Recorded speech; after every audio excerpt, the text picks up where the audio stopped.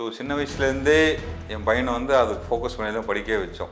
மாதிரி டாக்டர் ஆகணும் அப்படின்ட்டு. அது மாதிரி தான் அவரும் வந்தார். பட் நீட்டும் கொண்டு வந்தாங்க. அது பெனிஃபிட் தான் இல்லைன்னு சொல்லல. பட் இவருக்கு மார்க் அந்த அளவுக்கு கிடைக்காதனால நம்ம வந்து ஃபாரினில் படிக்க வச்சோம். இப்போ நான் ஒரு இன்ஜினியரோ ஒரு எக்ஸாம்பிள் சொல்கிறேன். வேறு எந்த ஃபீல்டாக இருந்தாலும் ஒரு ஏஜ் லிமிட் தான். மேக்ஸிமம் கவர்மெண்ட் ஃபீல்டாக இருந்தாலும் 60 இயர்ஸ். அதுக்கப்புறம் அவர் ரிட்டைர்மெண்ட் இருக்கும். பட் மெடிக்கல் ஃபீல்டு அப்படி கிடையாது.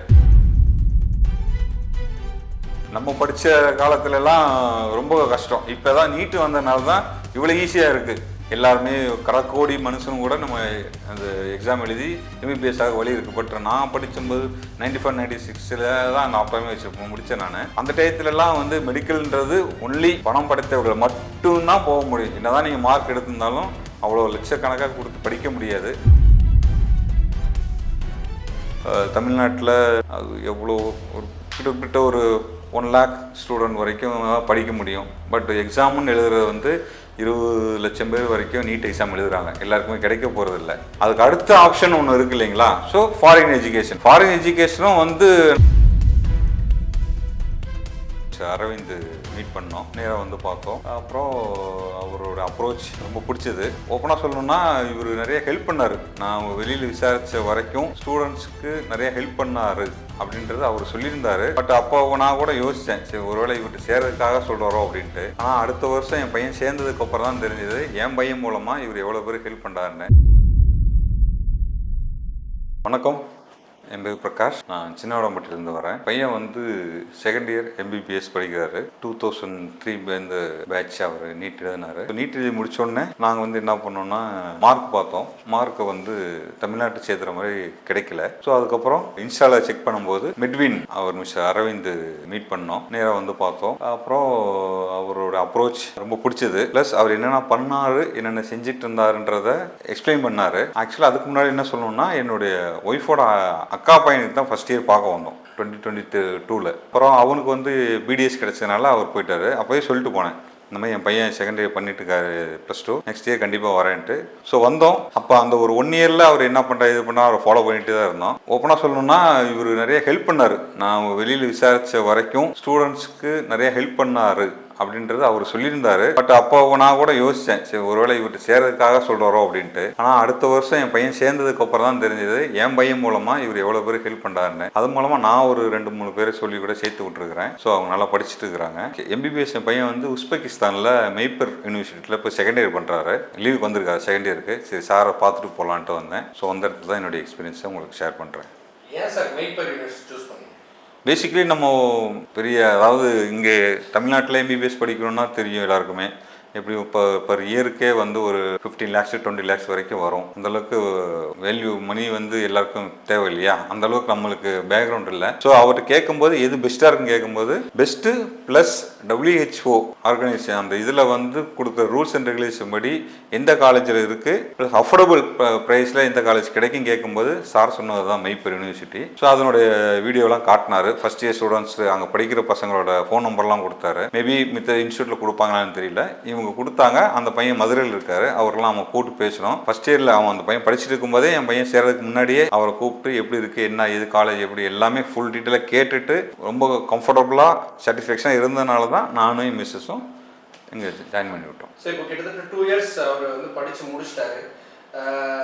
இப்போ டாக்டர் அப்படின்றது வந்து நம்ம எல்லா ஜாப் மாதிரி கிடையாது. இட் இஸ் எமோஷ்னலி, ஏன்னா வந்து ஒரு ப்ரெஸ்டீஜியஸ் ஒரு நீங்களும் சேம் ஃபீல்டில் இருக்கிறதுனால அதை எப்படி நீங்கள்? ஓகே, ஆக்சுவலாக நான் வந்து பேசிக்கலி ஆப்டோமெட்ரிஸ்ட்டு. என் மிஸ்ஸஸும் சங்கராயி ஹாஸ்பிட்டல் தான் ஒர்க் பண்ணுறாங்க. ஸோ சின்ன வயசுலேருந்தே என் பையனை வந்து அதுக்கு ஃபோக்கஸ் பண்ணி தான் படிக்க வச்சோம். மாதிரி டாக்டர் ஆகணும் அப்படின்ட்டு. அது மாதிரி தான் அவரும் வந்தார். பட் நீட்டும் கொண்டு வந்தாங்க. அது பெனிஃபிட் தான் இல்லைன்னு சொல்லல.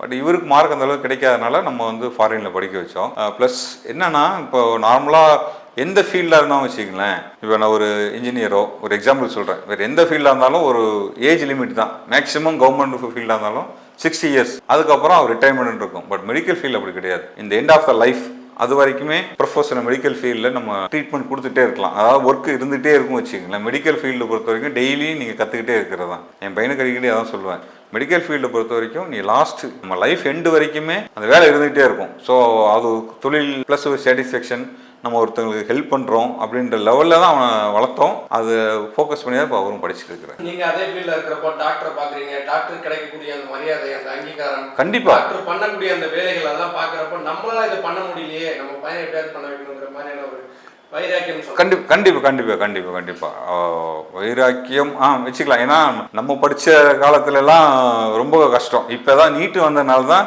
இவ்வளோ ஈஸியாக இருக்குது. எல்லாருமே கடற்கோடி மனுஷனும் கூட நம்ம அந்த எக்ஸாம் எழுதி MBBS ஆக வழி இருக்குது. பட் நான் படிக்கும்போது 95, 96 தான் அந்த ஆப்டாமே வச்சு முடித்தேன் நான். அந்த டயத்துலலாம் வந்து மெடிக்கல்ன்றது ஒன்லி பணம் படைத்தவர்கள் மட்டும்தான் போக முடியும். என்னதான் நீங்கள் மார்க் எடுத்திருந்தாலும் அவ்வளோ லட்சக்கணக்காக கொடுத்து படிக்க முடியாது. பட் அந்த நீங்கள் சொன்ன மாதிரி தான் ஒரு வெறின்னு வச்சுக்கலாமே. நம்ம அட்லீஸ்ட் இந்த ஃபீல்டில் வந்தோம், பட் நம்ம பையனை இதை விட கொஞ்சம் மேல் லெவலில் கொண்டு போகலான்னு நினைக்கும் போது தான் இப்படி ஆப்ஷன் கிடச்சிது. ஸோ அவர் இப்போ படிச்சுட்டு இருக்காரு. மார்க் வந்து ஒரு தகுதிக்காக தான் வந்து நீட்டுங்கிறத வைக்கிறாங்க. மார்க் குறைஞ்சாலும் வந்து ஃபாரின்ல வந்து போயிட்டு படிச்சு எப்படினாலும் பண்ணிடலாம் அப்படின்றப்போ வந்து ஏதோ ஒரு கௌரவ டாக்டர் அப்படிங்கிற மாதிரியான ஒரு டோன் பொது வெளியில வந்து பொது புத்தியில இருக்கு. இதை எப்படி பாக்குறீங்க நீங்க?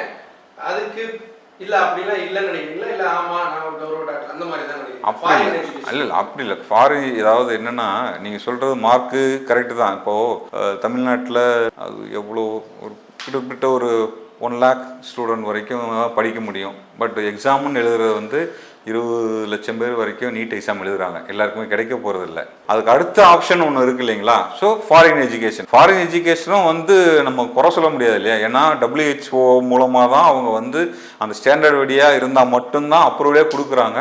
அங்கே படித்து முடிச்சு வந்தாலும் திரும்ப இங்கே ஒரு எக்ஸாம் வைக்கிறாங்க, FMGன்னு அதுக்கு எக்ஸாமு. அதையும் எழுதி பாஸ் பண்ணால் தான் நம்ம அடுத்த டாக்டர்னு போக முடியும். ஸோ அதனால் இது வந்து கௌரவ டாக்டர்லாம் சொல்ல முடியாது. எவ்வளோக்கு எவ்வளோ நீங்கள் எஃபர்ட் போடுறீங்களோ அந்த அளவுக்கு முடிச்சாதான் இங்கேயும் வந்து பண்ண முடியும். அது வந்து இம்பார்ட்டண்டாக இருக்குது. பேரண்டா இப்போ உங்கள் பையன் வந்து 3rd இயர் போகிறார், பேரண்டா எவ்வளோ ஹாப்பியாக இருக்கீங்க? ரொம்ப சந்தோஷம். ஏன்னா எங்கள் பரம்பரையிலே வச்சுக்கிங்களேன் டாக்டர்னு யாரும் இல்லை. இப்போ நான் மெடிக்கல் ஃபீல்டில் இருக்கேன். அது சும்மா சின்னது தான் வச்சுக்கலாம், பெருசாக தெரியாது. ஆப்டோமெட்ரிஸ்ட் அப்படின்னா ஐ டெஸ்ட் பண்ணுறது மட்டும் தான் தெரியும். பட் டாக்டர்னும் போது இன்னும் கிரேட் அதிகம். ஸோ அது இல்லை, எங்கள் பரம்பரைக்கே பெருமை அது.